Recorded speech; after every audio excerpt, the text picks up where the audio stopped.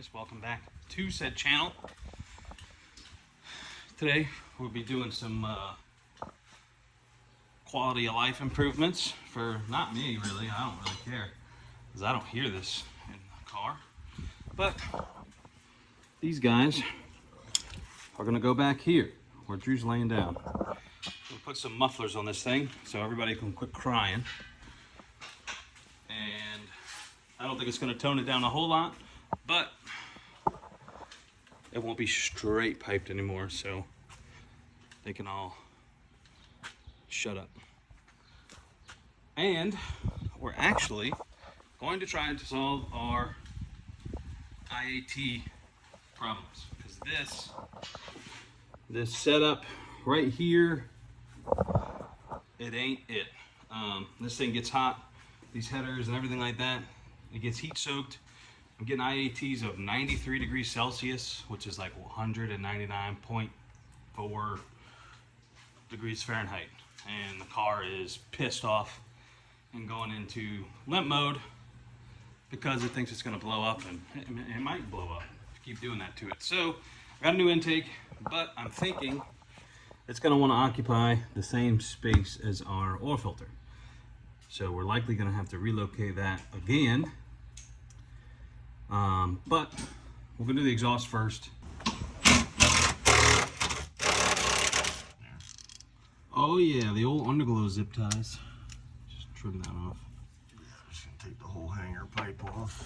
And then we're gonna take it off here. And then the plan is to just take these, I guess axle back pipes, and splice in the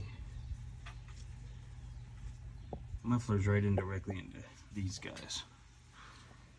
That's the plan, Stan. Let's see how well it goes. Okay, we got them out.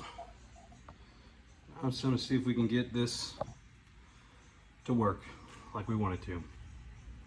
We're about to find out. All right, what to do with the tip? This is our mufflers. That's right here in front of me, like a dum-dum. So, plan is, I can see we've cut off a section of the original pipe here, is to slip this inside the muffler and then use that, and we can clamp the tip on. So I am going to slide this in like this, and we'll probably mark it just in front of that so it gives me some room to work, and then we'll just tack weld this in just to kind of see where we're at. We'll get this, because I like this length here. What's what we got with the muffler on the pipe under the car. I'll take you guys underneath there and show you that in just a second. But want to get this little piece of pipe tacked on, and then we're going to cut our brackets off of here. We'll probably have to modify them on here, and so we can hang this guy back on. We'll probably do that in the car. So this is just kind of the process. This is my first time even really messing with any of this exhaust stuff. Here is where we stand. So let's get to welding and fitting. Okay. Ugh. It's kind of the setup we have here. I'm going to double check it one more time. Well, let's see, ground clamp, hanger, and then this back here. So I'm going to just try to tack it, even though it's dirty. I'm just going to get a couple tacks on it so we can pull it out. All right, state of the union. We got it tacked in while it was in the car. Now this probably isn't going to be pretty. You can see the big old gap, but I think what I'm going to do is just squeeze it down, tack it, and then we'll just have to do the best we can with what we got. We got a decent tack on this side, and we'll just try to fill in as much as we can here. It is, after all, fairly light. Probably going to grind these tacks down and clean this pipe and get a decent weld here. And then we'll weld out this joint back here, and then we'll just use the existing clamp on this guy. So that's kind of where we're at. It is, you know, it's all right. I mean, that's not it's not pro exhaust shop shenanigans, but it will do the trick and hopefully quiet this thing down. This is obviously just the first side, and then hopefully we'll get a little bit better on the next one. So let's start cleaning this guy up and start welding it.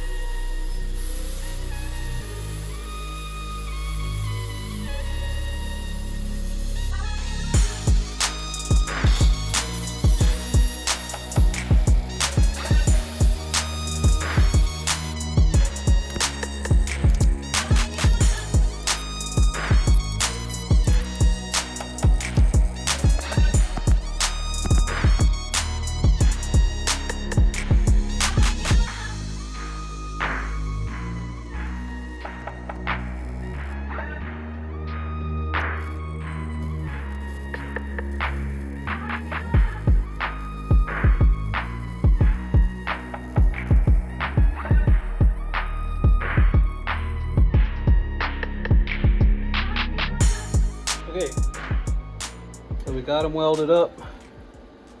Not the best of welds. Not the worst of them either. Now, I'm going to see about getting this bracket welded on. Basically just gonna come in here and weld up that leading edge and then try to get as much on this one as I can.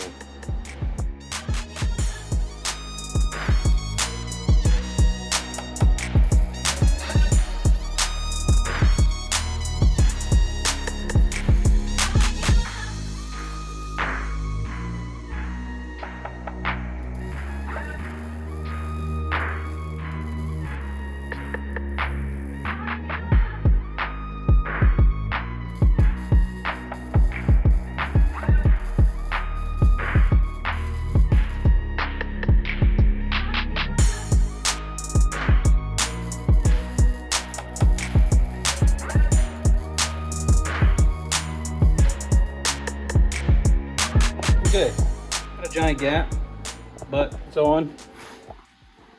Same thing down here, she's on. She's on. Weld, weld. Hey, look.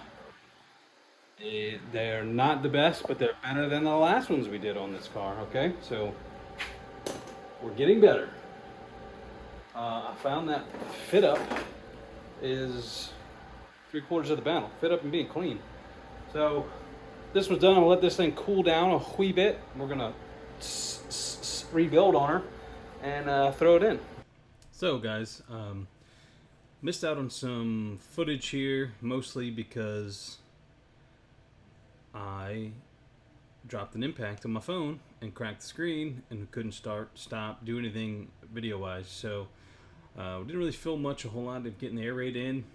But it's pretty straightforward. The only thing I had to modify on it was the MAF sensor port right there. Got the intake on, and now we need to install our oil filter. Well, not the oil filter, but the housing. So we are thinking, need to grab a light for you guys. Let's grab a light here real quick. Alright, so welcome back to the other side of the car. Normally, that filter would go right here on this frame rail. Now, I'm a little hesitant in both of these situations, but this is kind of the best place that we can kind of think of. So, I am going to build a bracket to go from here, underneath this frame. So probably just bolt it in right here, and then come down and make an L. We're going to cut this plastic stuff out of the way and bolt through the subframe here, and then we're going to mount the housing and filter right in this area right here. We were going to mount it behind the core support.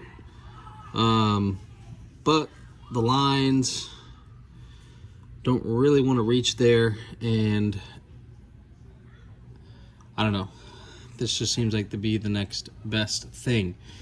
So that's where we're gonna pop this guy in here and hope for the best. I'm gonna turn it sideways, that way the filter's kind of long ways here, and try to keep it up out of the way as much as possible. So here is our filter location. I will definitely gonna gusset from here to here just for peace of mind. Although I think it's pretty sturdy.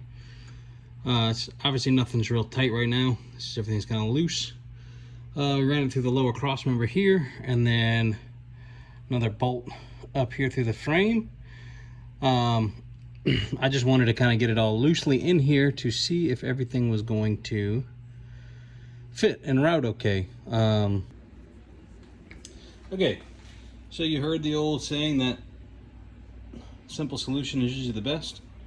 Well, this is get ready to be on the outs, because it was putting lines in a crazy bind. So instead, this is what we're gonna go with.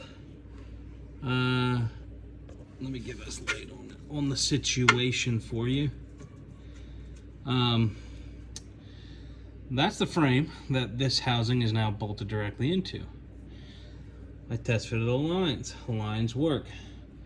I didn't test fit the lines on the last one, which is my mistake. And what was happening, they were running into the cross member here, and with the vibration of the engine and stuff like that, I was afraid that they're gonna rub through. I could have gotten them to work. It would have put everything in a weird position, so I feel like this is just better. So what we're gonna do is we're gonna cut off the BS on that bracket, and we're just gonna keep the two holes for this. We're gonna bolt the top one in here and the bottom one here, and then that way this will be unable to do that. Okay, so plan revision works out well. I actually like it better. Keeps everything tucked up. We have to take a pretty hard, nasty hit for anything to get underneath here. I do want to add a under tray underneath this bumper at some point, just to kind of help protect everything. But I think this is far enough up, and it's got, you know, this K member in the way, you know, and then like I said, this bumper's pretty solid. I mean, it would take a pretty good hit to impact that, you know, and obviously we would just come off track and check, make sure we weren't leaking. And it actually has, if it got hit hard enough, I think this bracket would just kind of swing up out of the way, which is, you know, I think probably a good thing. But it ain't going anywhere. And we're gonna call that good. I'm gonna fire this thing up and see what the mufflers sound like.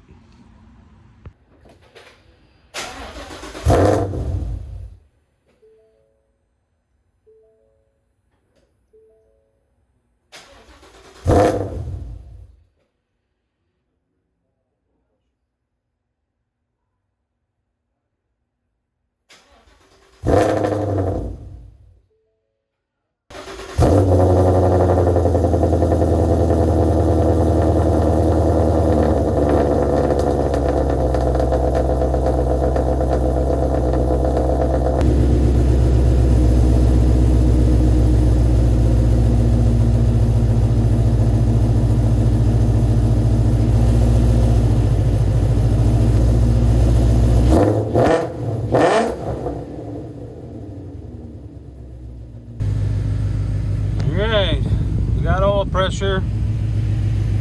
No check engine light for the moment. We had our mat fin upside down. It's kind of weird, but I mean, it makes sense. A little sensor wasn't getting any airflow, so we figured the plug would be up top, but it's reversed. The exhaust might be a touch quieter.